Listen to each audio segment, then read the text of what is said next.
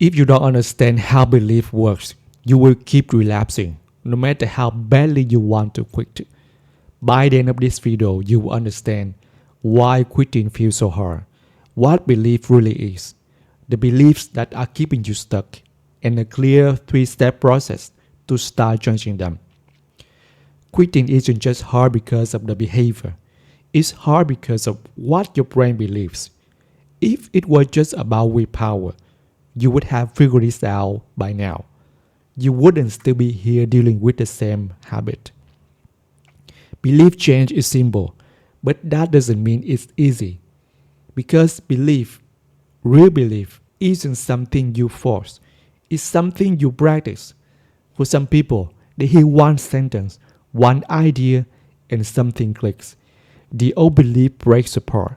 But for most of us, it takes time, intention, a willingness to redirect the thoughts your brain has been running on autopilot for years.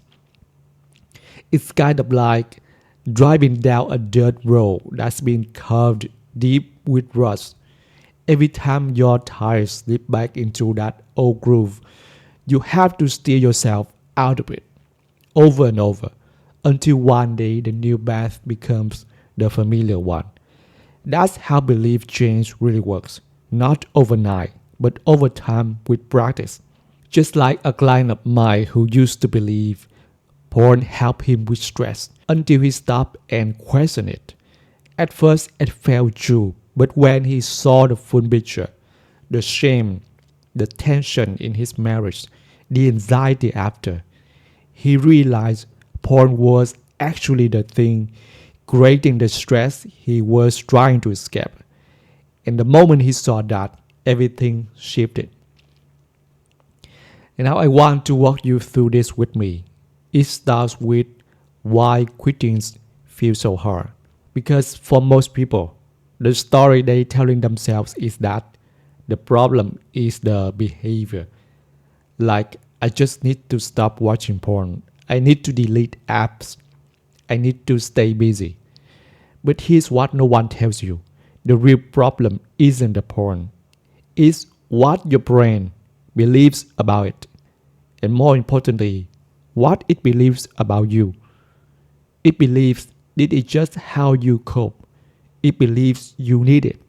It believes that without porn, you'll be restless or anxious or uncomfortable all the time. And maybe most of all, it believes that you cannot actually change. So every time you try to stop, you're not just walking against the urge, you're walking against all of that, all of those productive thoughts that have been looping in the background for years. This is why willpower doesn't work for so long, because willpower can only fight what's on the surface. But beliefs live deeper. They shape how you feel, what you expect, what you even think is possible. And if you're not aware of those beliefs, if you never stop to question them, they'll keep driving the same habit over and over, no matter how badly you want to change. So let's get clear on what a belief actually is. A belief is just a thought you practice over and over until it starts to feel like the truth. That's it. Just a sentence your brain has been repeated enough times that you stop questioning it. And here's why this matters. Because beliefs shape everything. They shape how you feel. They shape what you expect from yourself. They shape what actions you even bother trying to take. So if you've been thinking, I cannot stop, or I always go back to it, or I'm just wired this way, then guess what your brain is going to look for? Evidence to prove those beliefs right. Because that's what brains do. They look to reinforce what they already believe. Not because your brain is against you, because it wants to be efficient. It wants to stick with what's familiar. So when you start trying to change, but you carry the same old beliefs, that it's too hard, that you never been able to do it before, that you're just someone who always giving. You're going to pump up against that wall every single time. That's why this work isn't just about avoiding a trigger or installing a blockers or keeping busy.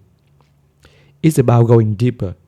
It's about starting to question what you've been believing and whether you want to keep believing it.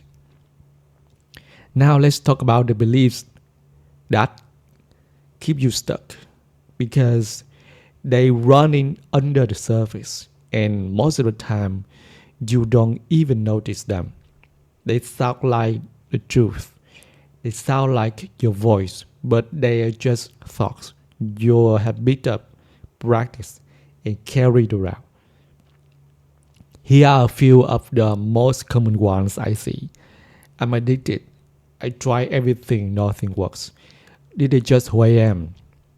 If I stop, I just feel anxious or restless all the time. I can't handle the urges. One slip up and it's over. I always screw it up. And maybe the most painful one is there's something wrong with me.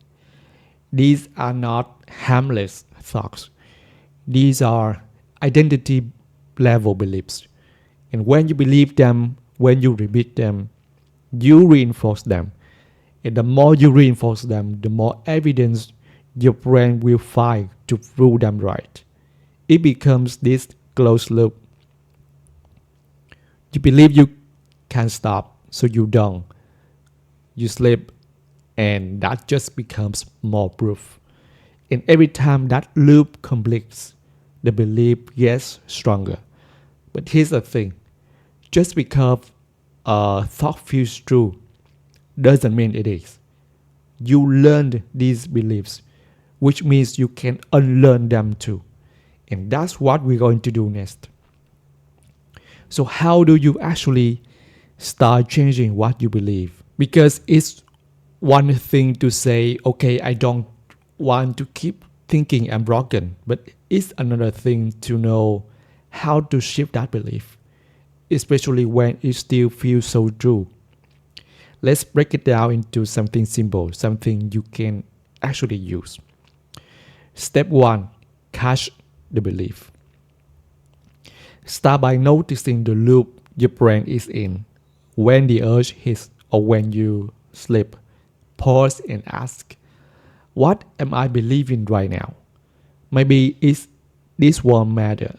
I already messed up, so screw it. I can't do this. I've never been able to. Just notice, don't judge it. Don't rush to fix it. The first move is awareness. That's it. Step 2, choose a new thought to practice. You're not going to jump from I'm addicted to I'm totally free overnight. And you don't have to. What you do need is a new belief that's just believable enough to practice. Something that creates even a little bit of space. Try things like, I'm learning how to handle this. This urge isn't bigger than me. I don't have to believe everything I think. This one decision matters. You don't need to be convinced. You just need to be willing to try it on. Step 3. Create evidence for the new belief. This is where the rewiring happens, not in your head, but in your actions. Your brain learns from experience. It needs proof.